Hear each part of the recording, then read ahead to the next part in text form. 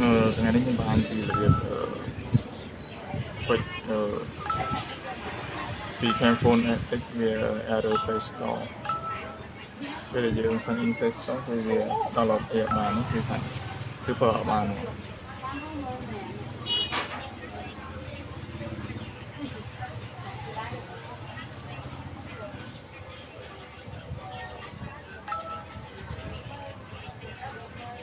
cứ load chân hộ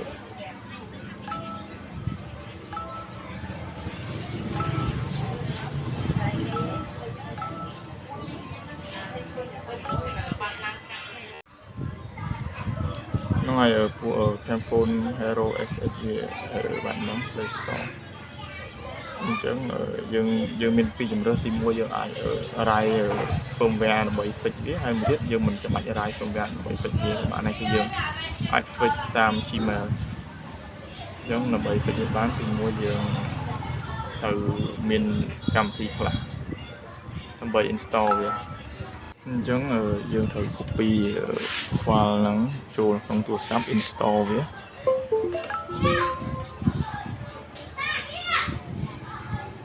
copy file nắng nó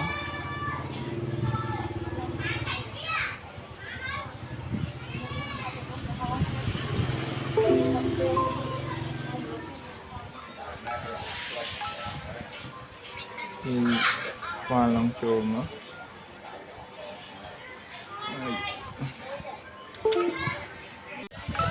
tóm dùng cái install vậy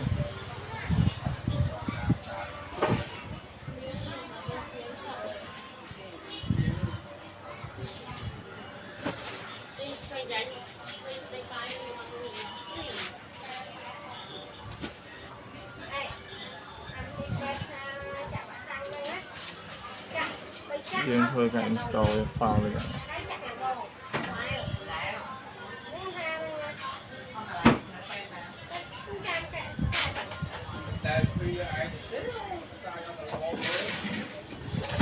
rồi đúng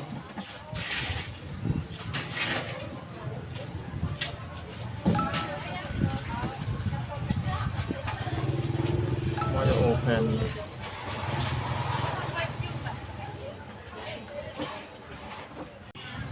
nè ngày tầm mai dương vừa cả quay serial ní Google Switch firmware của Việt Nam vừa cả unlock tam mà nó chẳng như chúng vừa cả vài chỗ 7 muối số 4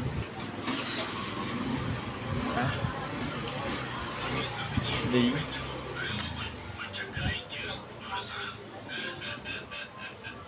số 7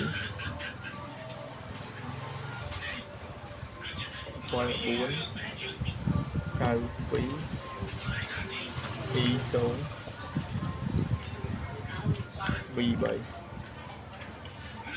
thầm mai chân rồi việc register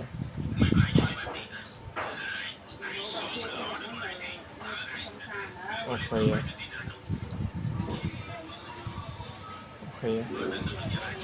để hàng lên chân cứ ok tập mai chân thuộc cả tạm sân muối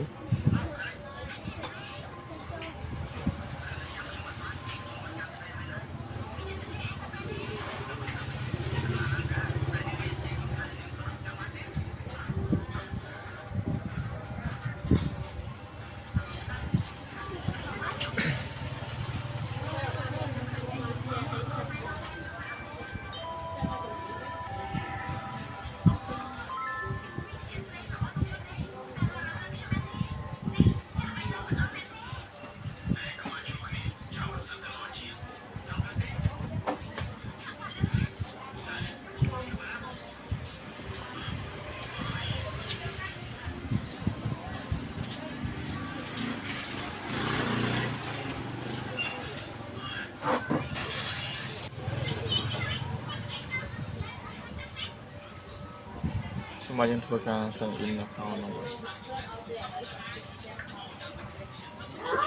chứng như trên register với hệ thống trang về file thì bị 7 tí rồi 15 tí đấy tôi restart sân môi tới mà dân thua ca sang in on Play Store sang mấy người về mà ta ការបើកក្រោយខ្ញុំសុំធ្វើការវាយមើលគេ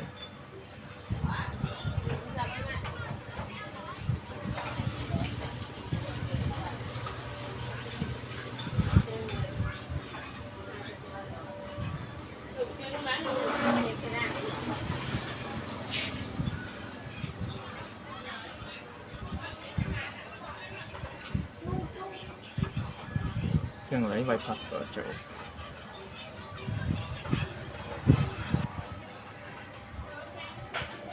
ទៅវាយហើយយកសាច់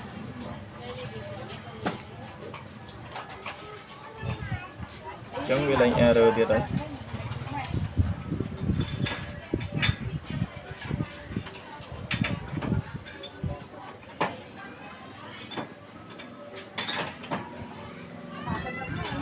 យយើងអាច download ហើយបានពី Play Store វិញ